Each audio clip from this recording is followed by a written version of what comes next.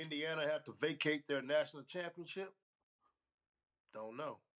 We're finna talk about it on the Gridiron Insight.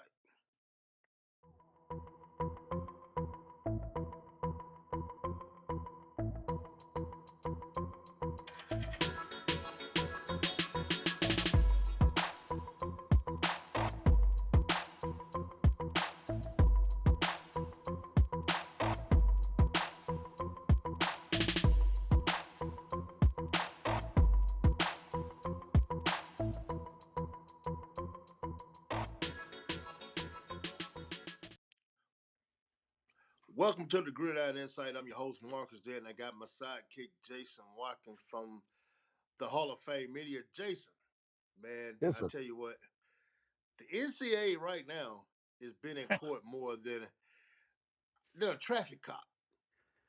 Right. And and I don't think it's finna slow down. No, You know, it isn't. it's not finna slow Especially down, if they're man. going to go after Indiana. If they're going after Indiana over playing a player that they allowed him to play all year. And here's the deal. These schools know what the cards that they're dealing with. You got Oklahoma is doing the same thing. You got, of course, we got the case here in Mississippi with Trinidad Chambliss, and it's a growing trend. You know, but me and you have talked about it before on your show, that if they do win these cases, and it's a big if, but it's possible, they could go back and take your natty, your playoffs, everything that you don't work for will be down the drain. Is it worth the risk? Is what I'm saying. Well, here's what I will tell you. We all watched them win. Just like we all watched USC win back in the day, and they stripped them of all that stuff. And Reggie Bush's Heisman, we watched him win the sucker. I got to tell you, I don't.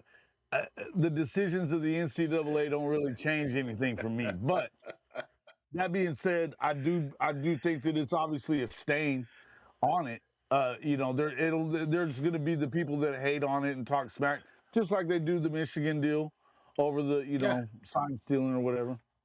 You know, and here's the thing also. Ole Miss have to look at this very carefully because they're in that boat. They have to look at this very carefully. I think they got enough information to make the right decision. I think Oklahoma waited on purpose to do what they did. They waited on Yeah. purpose to do what they did, just for the simple fact that you have so many days. You have to rule on it. I think it was brilliant how they did it. To be honest with you, I don't know. I think that Owen Heineke's situation is definitely a lot different than what it is for Trinidad Chambliss. I think Trinidad Chambliss, oh yeah, in my mind, cases. two different deal because of it goes back to what we were talking about Joey Aguilar, was that they're trying to change a rule for him about the JUCO stuff not counting. They're basically trying to do the same thing with Owen Heineke, trying to change the rule about playing one sport not counting against you on another sport. They're trying to give that a red shirt year out of, he only played 15 minutes of time as a lacrosse player at Ohio State. So do I think that Oklahoma could win it and Owen Heineke may be back? I do. But I don't know. I mean, there's no rhyme or reason to any of it is the problem, right? No, it's not. And that's At the end of the day, the problem is that nothing that the NCAA says really matters right now because there's no collective bargaining. Man, until you get something in writing on paper, both sides can agree upon. We're going to have this year after year after year. There are going to be, court cases after court cases after court cases. And to be honest with you, people don't really care about you taking something from them because they already have the trophy. Regardless. We watched them win it again. We watched them win it. Yeah, and to me, the NCAA, the NCAA, be the best player in the country. Yeah, listen. I mean, look, I don't subscribe to all that stuff. We watched the best teams. We watched them run through that playoff and go undefeated and beat Ohio State along the way. They beat Alabama along the way. They beat the brakes off of Oregon, and then they beat Miami too. Right. And so, I mean, look, at the end of the day, I watched them go and win that thing. And if we're talking about one player that, look, I don't know the exact details of this. I'm still looking for it here. I know that that's something that they're talking about it on Locked On Big 12 or Big 10. I'm sorry. At the end of the day, I would tell you that it's crazy that you would even think about doing it, because here's the deal. At some point, all you got to do to fix this, and you know what? Shout out to Danny White from Tennessee, the AD from Tennessee. I haven't been big on praising Tennessee for anything lately. Nah. I'll tell you that what he said was that, yeah, it's going to be hard, and they want this. Look, the SEC, the NCAA, they want to have the protection from going to court all the time. Well, he said, yeah, it's going to be hard to do that unless you do CBA. We got to be able to be willing to do what's right because you need protection for the athletes. You need protection for the athlete. The NCAA. Right. And here's the thing. It's going to cost somebody a lot of money before it's all over with. It's going to cost somebody a lot of money. So this is also something that billable hours, baby, billable hours. Yeah, these attorneys are getting rich. But the unfortunate thing is that doesn't happen for a D2 kid. We haven't seen it in the smaller levels. We just see it at the P4 level where they can afford lawyers and go get lawyers to get this type of stuff done. That's why I think it's unfair. Everybody in college football can't do this, or basketball or whatever situation is. I don't think that the D2 kids aren't as sought after as No. Exactly, that's what I'm saying. And if it wasn't for the fact that they're good enough to be and they need them at these big programs, they wouldn't be doing it for Trinidad. They wouldn't be doing it for Trinidad or Owen either. No. You have to be a guy. But here's the thing: if the NCAA does win one of these cases, you can bet your ass there's going to be some penalties, because they got to have something. They hadn't won a fight. They hadn't won a battle. They've won some fights, but they haven't won a battle. Well, they've already said that if the Mississippi Supreme Court doesn't grant the injunction or doesn't kill that injunction that they got in the lower court there in the state to give him that other year, that they believe that they believe they can get it overturned. And if they win the case, they said that they would pursue penalties of every kind against Ole Miss.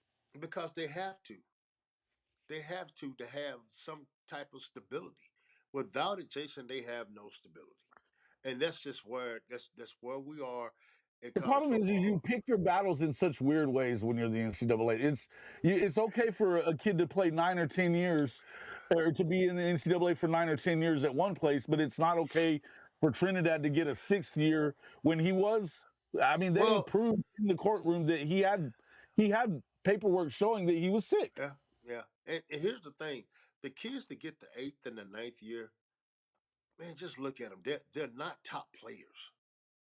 I mean, they're at P4 school. That linebacker at Miami, he's in year number 8. Okay, him. But there's some more that are in.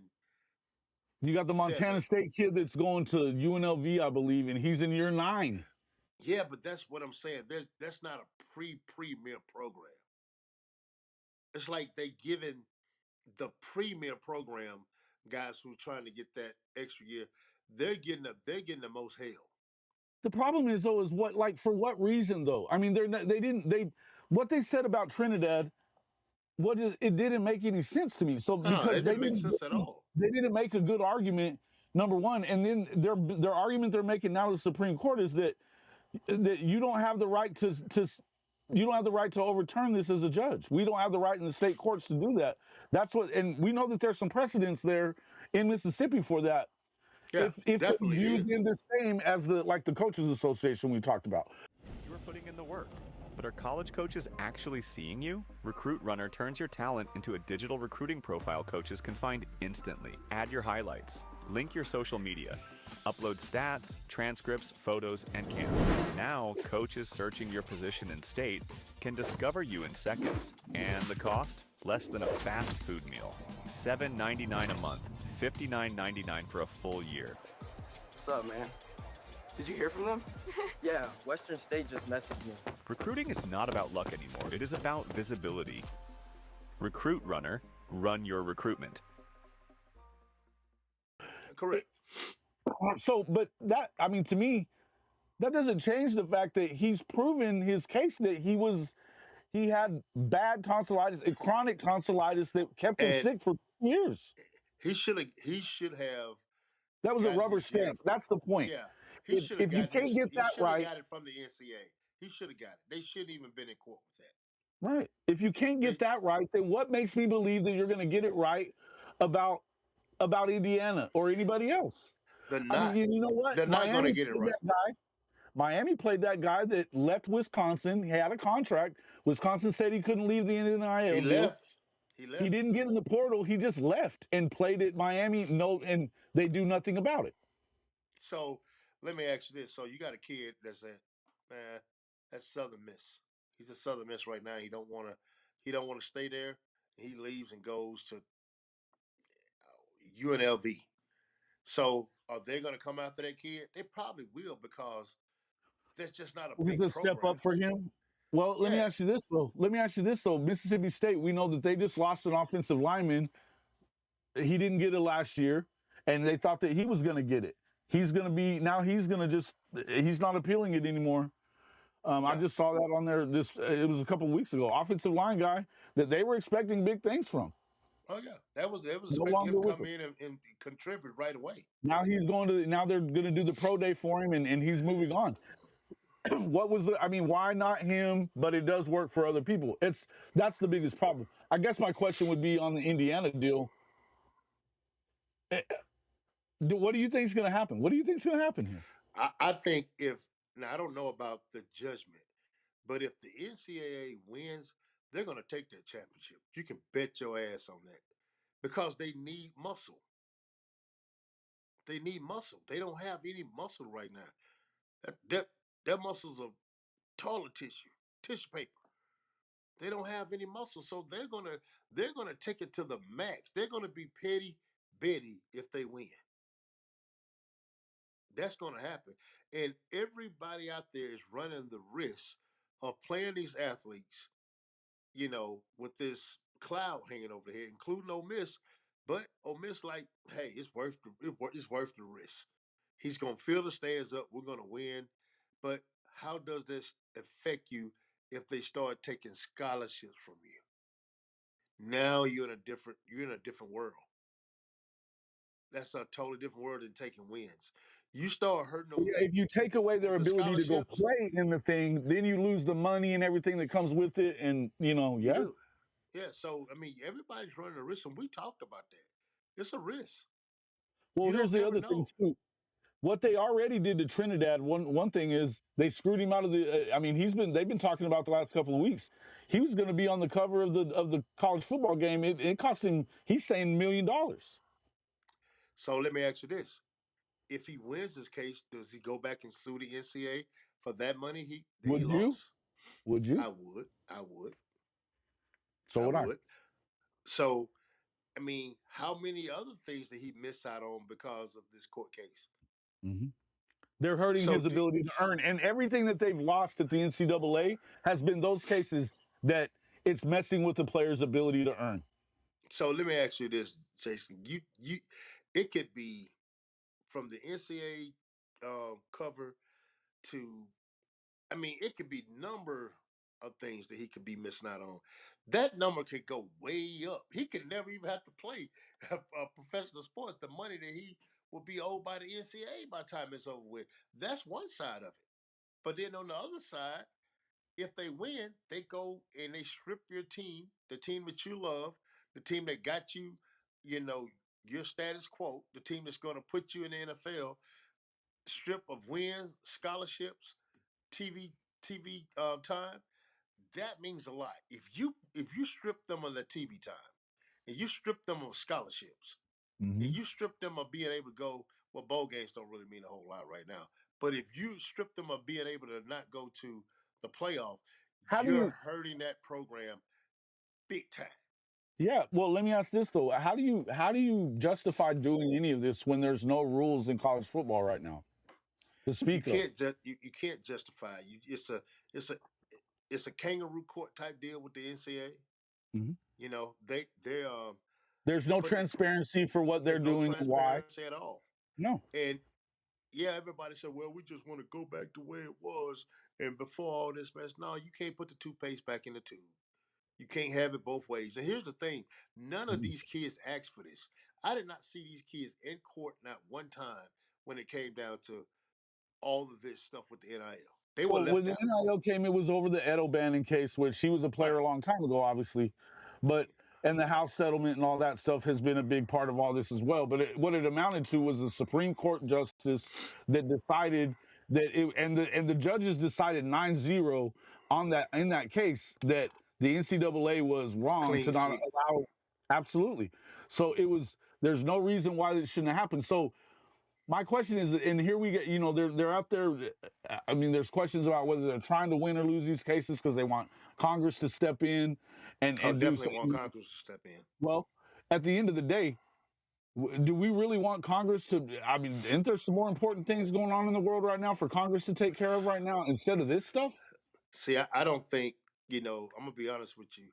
This administration might want to do it, but it's too much stuff going on.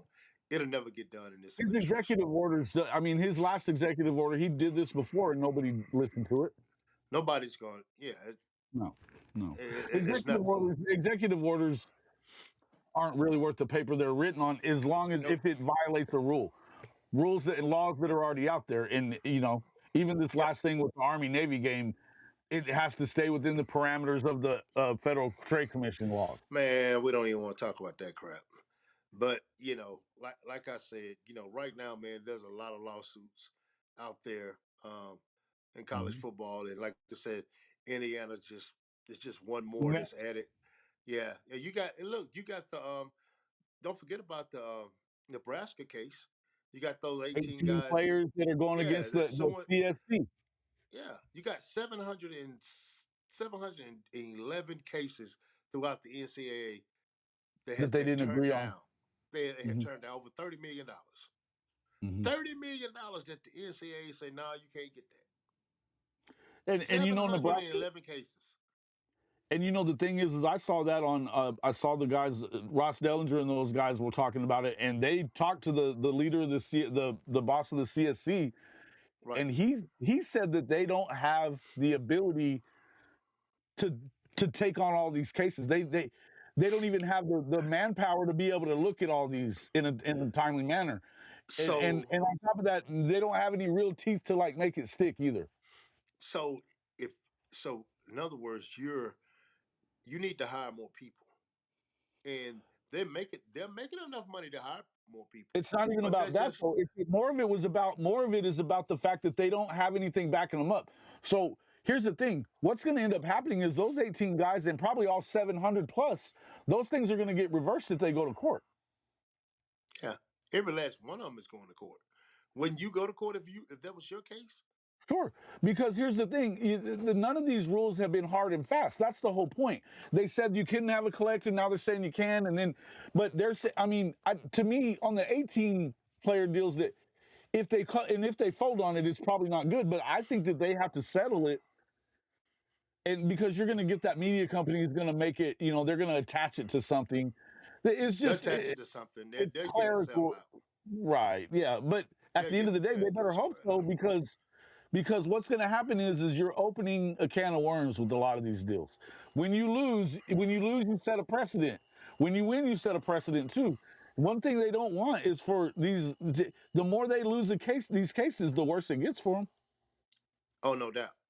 And it seemed like every other day, it wouldn't surprise me if we wake up in the morning and there's another case out there somewhere. Well, Owen Heineke gets hurt on the 16th of April.